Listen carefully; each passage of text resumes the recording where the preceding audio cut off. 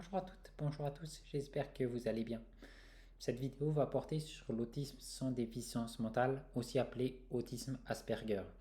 Alors pour ceux qui ne le savent pas, je suis atteint de cette pathologie, ma copine est aussi atteinte de cette pathologie et j'ai été dans un groupe de parole de personnes atteintes de cette pathologie. Donc je vais aussi parler dans cette vidéo de mes expériences et de ce que je sais grâce à ces personnes. Donc je pense aussi que ce sera assez représentatif de l'autisme sans déficience mentale. Alors, par quoi est causée cette pathologie? On n'en est pas sûr, mais on pense que c'est une combinaison de facteurs génétiques et environnementaux.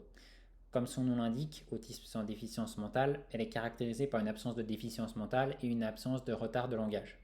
Les personnes qui en sont atteintes vont souvent avoir des difficultés dans les interactions sociales, que ce soit des difficultés d'interprétation de la communication non verbale et paraverbale.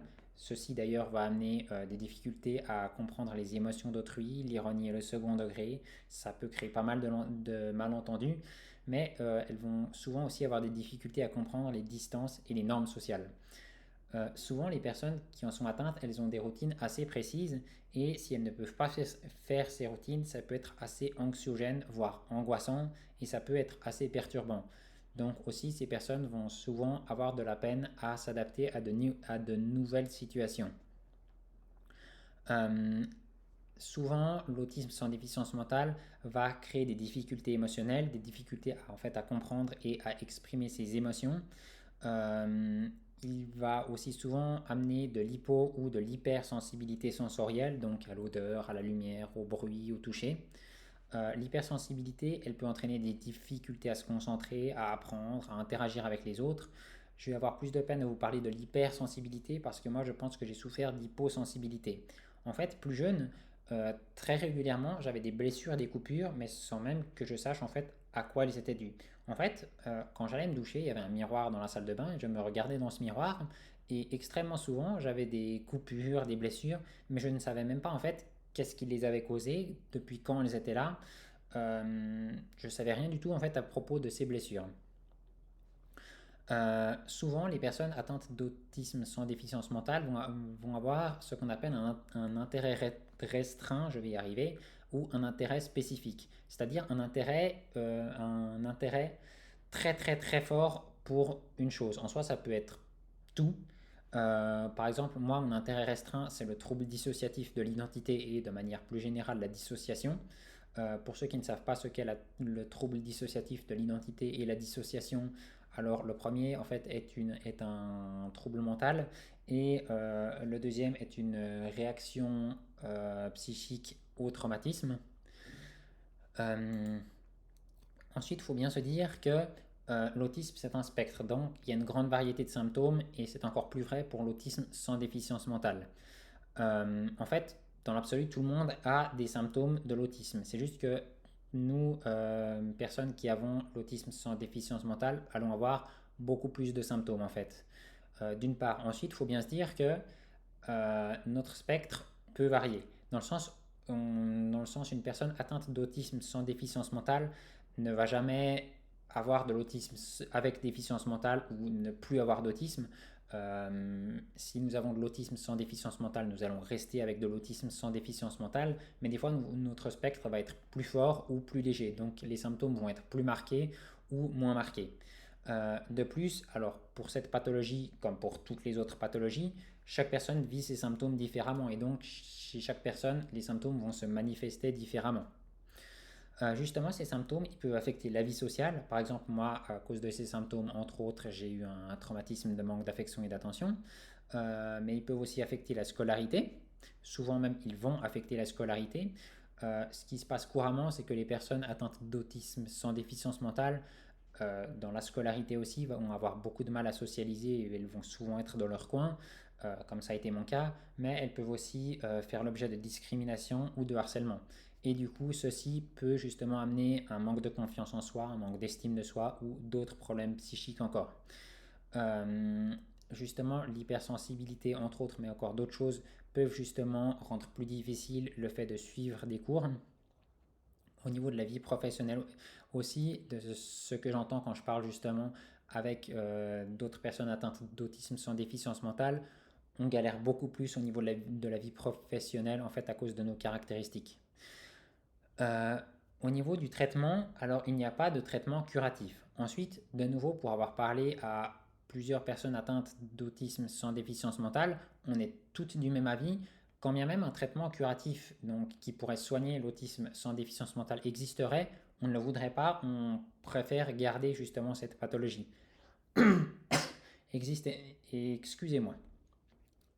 Par contre, il existe des traitements en fait pour soulager les symptômes. Par exemple, moi je prends de la kétiapine qui me sert justement à diminuer mes risques de dépression, ma dysrégulation émotionnelle et mon anxiété. Ensuite, moi j'ai encore du TDAH, donc du trouble déficitaire de l'attention avec hyperactivité, et j'ai encore d'autres problèmes psychiques, donc ça ne soulage pas que les symptômes de l'autisme chez moi.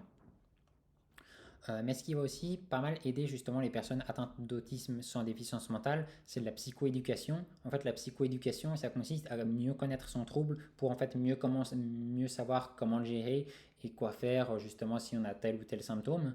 De la psychothérapie. Euh, je trouve que les groupes de parole sont extrêmement importants et ça va faire beaucoup de bien justement aux personnes atteintes parce que d'une part, ça permet de parler des problèmes qu'on rencontre avec des personnes qui rencontrent les mêmes problèmes et qui potentiellement auront trouvé des solutions. D'une part, d'autre part, quand on est atteint d'autisme sans déficience mentale, on a beaucoup de peine à socialiser et on se sent très seul. Et du coup, en fait, le fait d'être dans un groupe de parole avec d'autres personnes qui ont la même pathologie aide à socialiser d'une part et aide à se sentir moins seul d'autre part.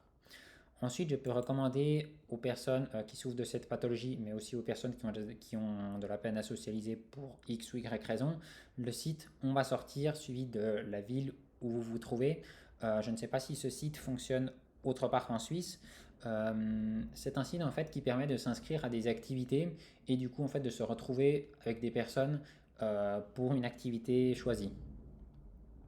Ensuite, ce qui peut aider une personne atteinte d'autisme sans déficience mentale, c'est que un ami, un proche, quelqu'un en fait puisse lui dire euh, c'est mieux si cette personne le voit au quotidien, dans la vie de tous les jours, mais en fait puisse lui dire justement ce qui se fait, ce qui ne se fait pas, si il ou elle a fait quelque chose qui n'était pas adapté, ce qu'il aurait plutôt dû faire.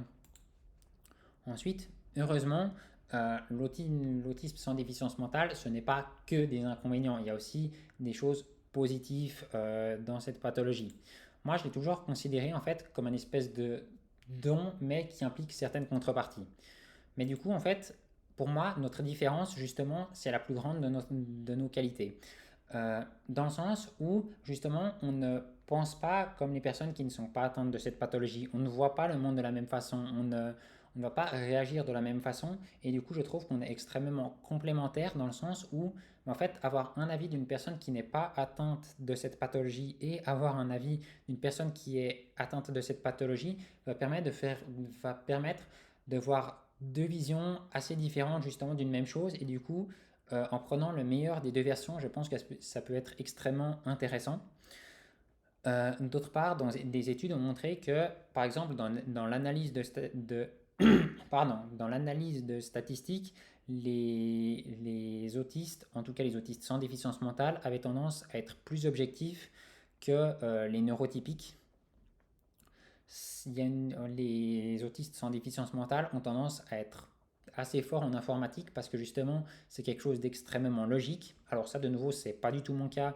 Pour ceux qui me connaissent un peu, je suis nul en informatique et je déteste ça. Par exemple, les autistes sans déficience mentale ont tendance à avoir des normes morales plus élevées que les neurotypiques. Donc, pour ceux qui ne savent pas ce qu'est les neurotypiques, c'est en fait simplement les personnes qui ne sont pas atteintes du trouble du spectre de l'autisme. On me demande ensuite souvent comment je me suis fait diagnostiquer. Alors, en fait, mon psychiatre, un jour, m'a fait passer un test qui faisait penser, on va dire, à... En fait, c'était pour voir si c'était intéressant de passer un diagnostic pour une maladie mentale, enfin un trouble mental, excusez-moi. Mais ça, c'était pour tous les troubles mentaux. Ça concernait tant la schizophrénie, que le trouble bipolaire, que la dissociation, que l'autisme. Vraiment, c'était pour tous les troubles. Et du coup, j'ai passé ce test. Et du coup, il m'a dit que mes réponses étaient trop hautes pour faire penser à l'autisme, mais étaient trop basse pour justement ne pas faire penser à l'autisme. En gros, que ça faisait penser quand même un petit peu à l'autisme, mais ça ne faisait pas ressortir de manière sûre et certaine l'autisme. Donc il m'a adressé justement à un cabinet spécialisé dans l'autisme sans déficience mentale qui m'a fait passer un diagnostic et du coup ce diagnostic était positif et du coup j'ai été diagnostiqué ainsi de l'autisme sans déficience mentale. Justement, à propos du diagnostic, je vais encore donner deux petits détails. C'est que le nombre d'autistes sans déficience mentale est en hausse. En fait, il y a plusieurs causes, enfin on pense qu'il y a plusieurs causes. Déjà, en fait, l'autisme sans déficience mentale commence à être plus connu. Donc déjà, ça veut dire qu'il y a plus de professionnels, qui sont capables de le diagnostiquer, mais aussi plus de personnes justement qui commencent à en entendre parler et de personnes qui ont envie de passer le diagnostic parce qu'elles se disent que peut-être qu'elles sont atteintes de cette pathologie. Enfin, il faut savoir que les hommes sont plus diagnostiqués que les femmes. Alors de nouveau, les hypothèses sont que en fait les femmes savent mieux camoufler ce trouble, tandis que nous les hommes, on saurait moins bien camoufler ce trouble. Dernier détail, il faut savoir que en fait l'autisme sans déficience mentale augmente la probabilité d'avoir certaines pathologies, notamment l'épilepsie. Moi, c'est tout ce que je voulais vous dire dans cette vidéo. Je vous dis à la prochaine vidéo. Bye!